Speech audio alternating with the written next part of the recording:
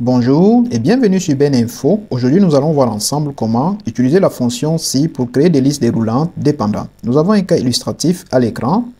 Lorsque je choisis comme catégorie dépenses fixes comme ça, je n'aurai que les dépenses fixes dans la colonne dépenses. Lorsque je choisis par contre dépenses variables, je n'aurai que les dépenses variables dans la colonne dépenses. Nous avons utilisé la fonction si pour mettre ça en place. Dans cette vidéo, nous allons donc voir toutes les étapes à suivre pour aboutir à ce résultat. Premièrement, il faut d'abord avoir ces données dans un tableau. On a par exemple ici les dépenses fixes et les dépenses variables. Ensuite, mettre ce tableau de données sous forme de tableau Excel. Pour le faire, on sélectionne une cellule du tableau. Ensuite, on appuie sur CTRL L. Sur cette boîte de dialogue qui s'affiche, on clique tout simplement sur OK.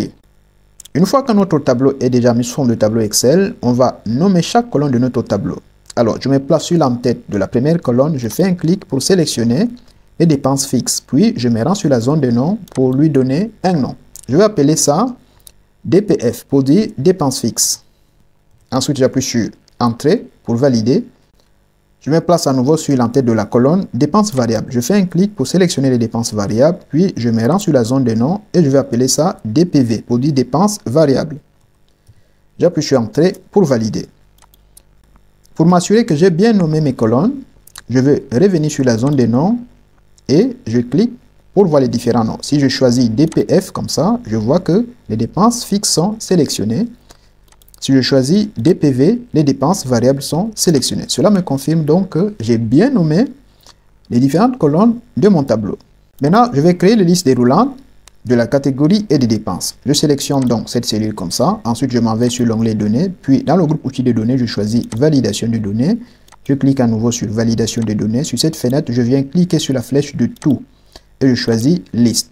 Je clique sur ce bouton pour aller chercher la source. Je viens au niveau de source et je prends dépenses fixes et dépenses variables. Je clique à nouveau sur ce bouton et je clique tout simplement sur OK. Et du coup, ici, j'ai déjà mes catégories dépenses fixes ou dépenses variables.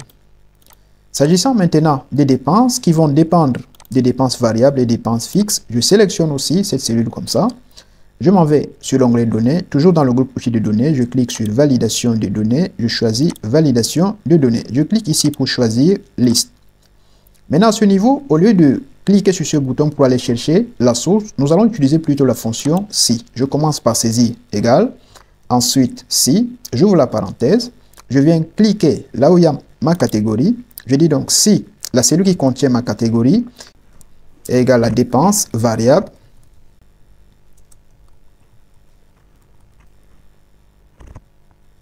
Dans ce cas, je vais afficher quoi? Je vais afficher DPV pour dire dépenses variables.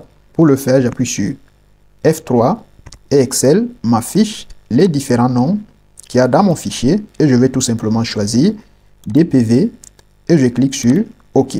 Je mets ensuite point virgule. Maintenant, lorsque C4 n'est pas égal à dépenses variables, ça veut dire que ce sera égal à dépenses fixes. Puisqu'on a deux catégories seulement, je vais tout simplement écrire DPF et je ferme tout simplement la parenthèse.